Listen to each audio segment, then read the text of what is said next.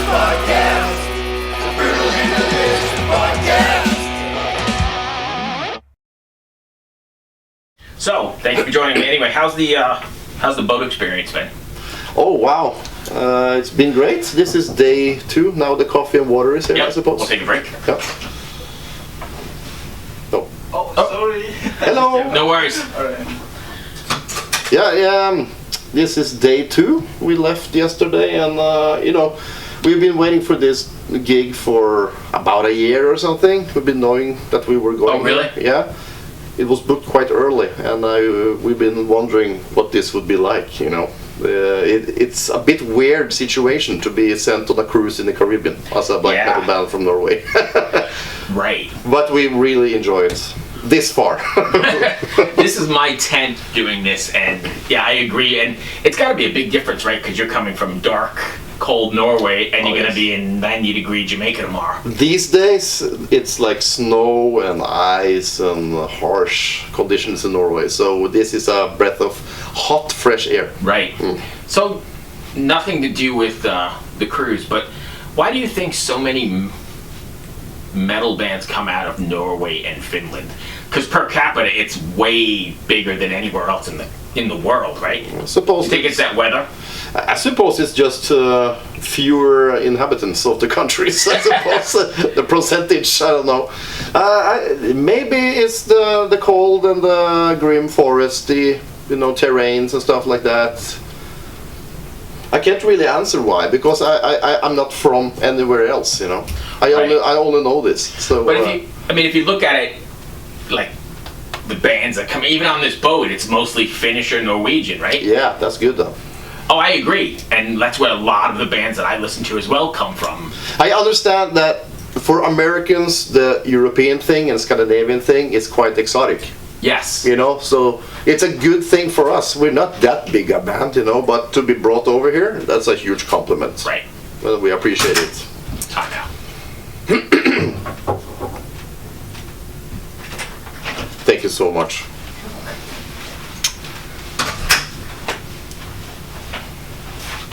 Double-fisted? Double-fisted. Thank you, man. Yeah, absolutely. Don't mind me drinking while we're talking, right? I don't care at all. What were we saying? Oh yeah, so it's very different. You're right. We think it's exotic for sure. It is. It's basically the same way for us when an American band comes over. It's the same thing. I guess I don't think about it that way, though. I mean, no, because this is your home, and right. that is my home, and we don't have American bands in Norway. Right. Other than they're touring, obviously. Right. No, that makes sense. You get a lot of bands, American bands touring in Norway? Yeah, quite a lot actually.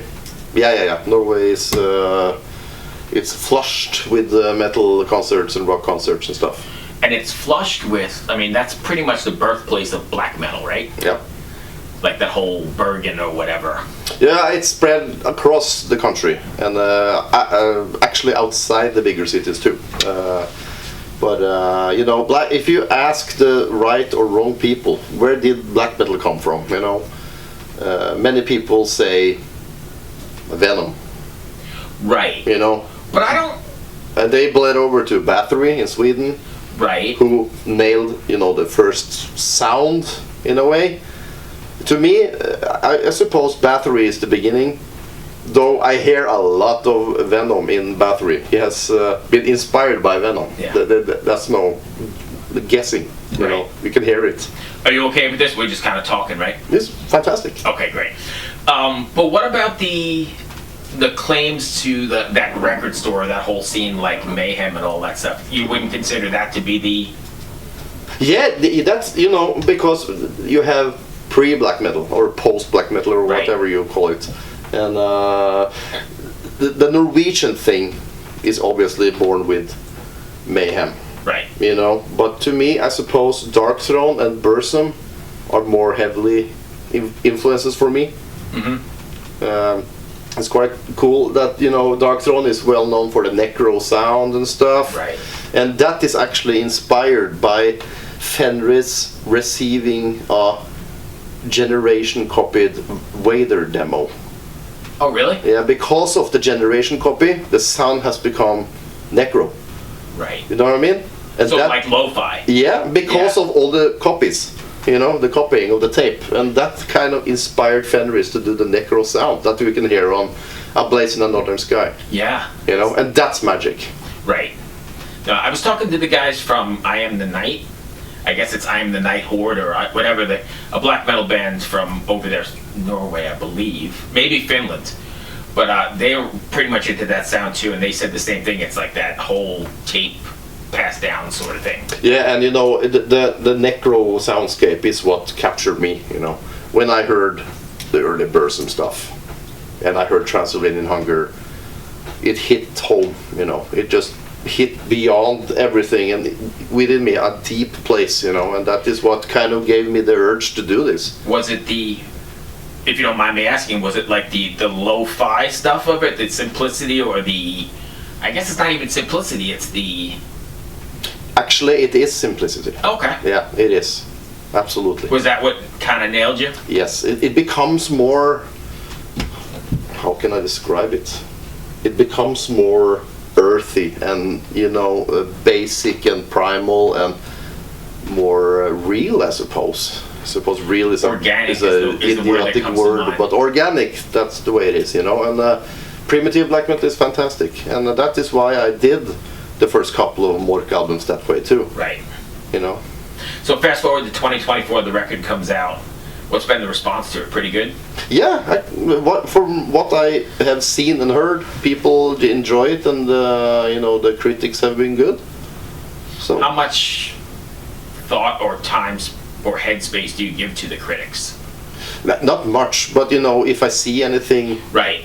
come by my desk or whatever, Right. how you say it, then I glance at it. You know, if it's a 9 out of 10 or whatever, Right. yeah, that's great. You know, that's cool. But the keyboard warrior that says, hey, it's a 1 out of 10, you know, Yeah. you can't give your headspace to it. You know what? The last few years, I have noticed, you know, like YouTube comment sections and Right. stuff. It doesn't even have to be about music. It can be about a car, and people are, you know, they're at war in the fucking comments. They do it on my podcast. It doesn't too, even matter what you're talking shittiest about. interview ever. Yeah. Probably didn't even listen to it. It was at 30 seconds. You Yeah, listened and then to they're it. jabbing at each other. It's Right. it's so ridiculous. So I just stay away from that. You know, primarily I make the records for myself. That is my therapy, to Right. make my records. And you talked about the latest album, which is a big step away from the first album. You know, there's been an evolution here, and that's because I don't want to just repeat what is considered true black metal. You know, I want to produce what is true for myself. Right. So is it super cathartic? In what way? Do you feel like you're able to get all of work out your angst or your troubles through this kind of aggressive... Absolutely.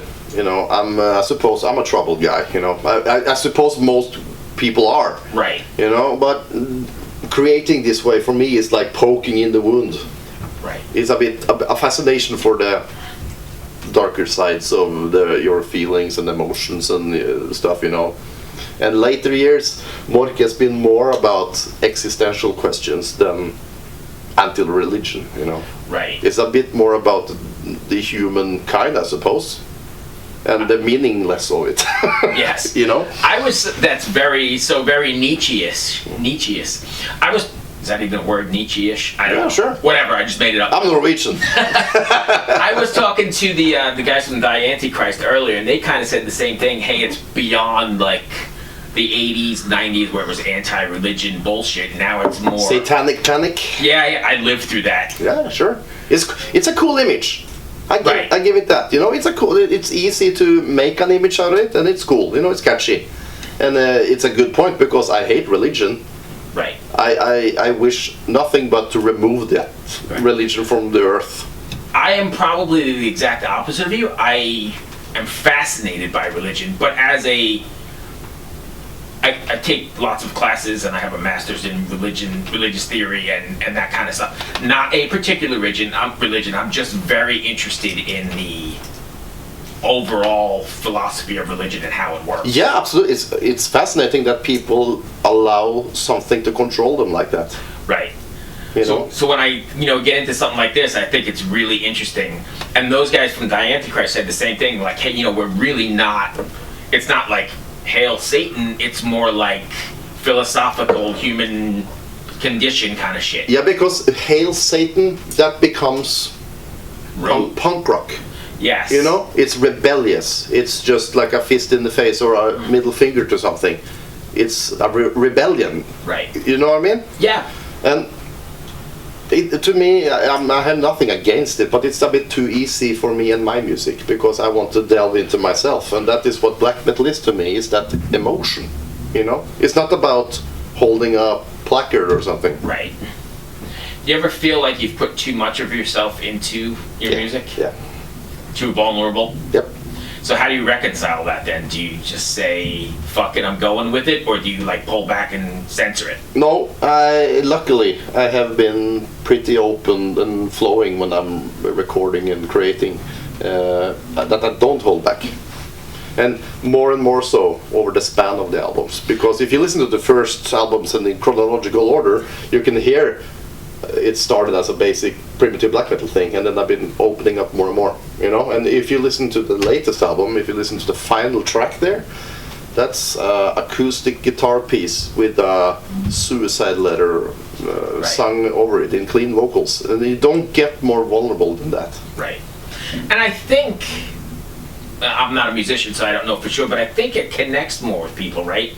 We go back to the organic sort of thing. I think people feel that and catch your vulnerability and respect it, but also maybe connect with it. Yeah, because my train of thought is that this kind of brutality and harshness doesn't have to be brutal sound-wise. You know what I mean? It doesn't have to be blast beats and tremolo picking. It can be, kind of extracted in other ways. And one of my favorite artists from Norway, Sylvain.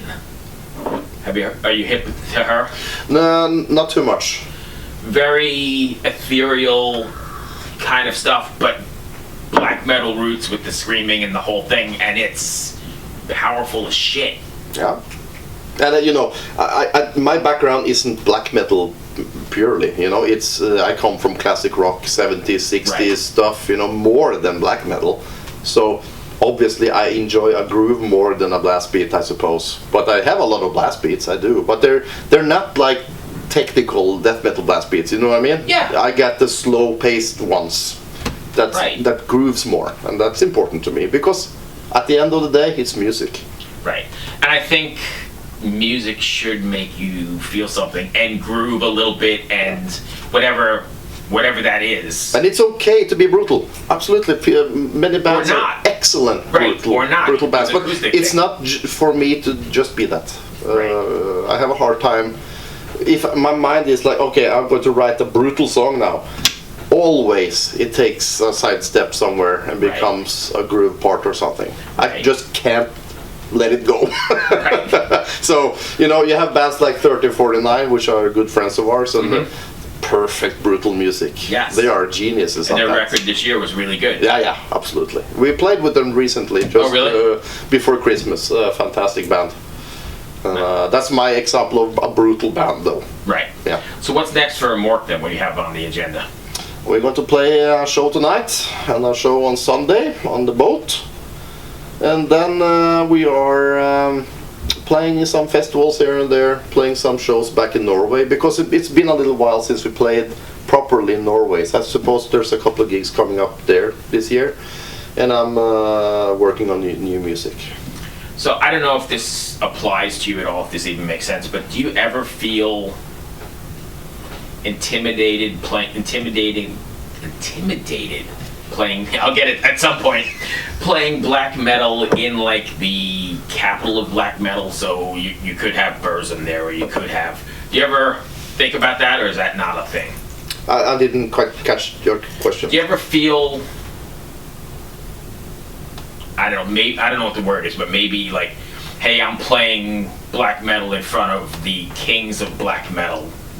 You ever feel nervous or intimidated? Like, maybe in the beginning, I suppose. But then I got like pats on the back from Fenris and from the men of the guys, and Nocturnal Koto has become a close friend of mine. And then It's okay, you know. At the end of the day, as they also have told me way back, is that just be yourself. If you're trying too hard to be something, then it's not real, you know. Right. The copycat or, you know, whatever, cater to, you know, gatekeeping, elitist or whatever. Just do what you do and be real with it. And I think that was kind of the rule back in the early 90s too, that each band or artist that came around had to have something special to it. Right. You know, if you just copied the other guy, it wouldn't work. Right. That makes sense. So you got festivals coming up, working on new music again, or Yeah, is that something that's an ongoing? always. You know, as I told you, it's therapy for me, and Right. it's a one-man band, so I'm always, you know, dabbling in the studio or in my dungeon or whatever. Right. And the next album is shaping up quite nicely. So two more then. Do you approach songwriting like with a theme in mind, or does it kind of just work its way out as you write the songs? It differs. Lyrical wise, I suppose it's just poems, you know. I write down lyrics separate from music. But that can be a word. Oh, that's a cool word. I can angle that in many ways. Or maybe a phrase can turn me on. Right. But when it comes to music, I basically sit down with the guitar and maybe think about a kind of drum beat or whatever, and then I just start riffing, and then things fall into place naturally, you know, usually. And if I have a bad period with like writer's block, then I just let it rest for a while, you know. Right. And then lastly, who are you looking forward to seeing on the boat? You have a... Oh, yeah, you know what? We are traveling here. You should have seen the plane we flew in on from Scandinavia. It was Emperor, Covenant, Arcturus. It was, who am I forgetting now? Mork and Ishan. You know, it was a quite heavy plane. Right. Literally, right. And you know, Covenant has just gotten back together after many years, and this today, right now, actually, they're playing their second show, I think. Oh, wow. Since getting back together, so I will catch them on Saturday, I believe, tomorrow. Nice. Yeah. So looking forward to that. That's all I had. Hope that wasn't too bad. Fantastic. Have a good time. I like to just talk, so you got me talking, and Yeah. you don't seem to mind talking, so... No, I hope you're happy with the answers. Oh, yeah. And I'm fascinated by religion and by black metal and by all of that, so I hope I didn't put you on the spot. No, not at all. Because religion is fascinating. Yeah. It is, but I don't believe in it.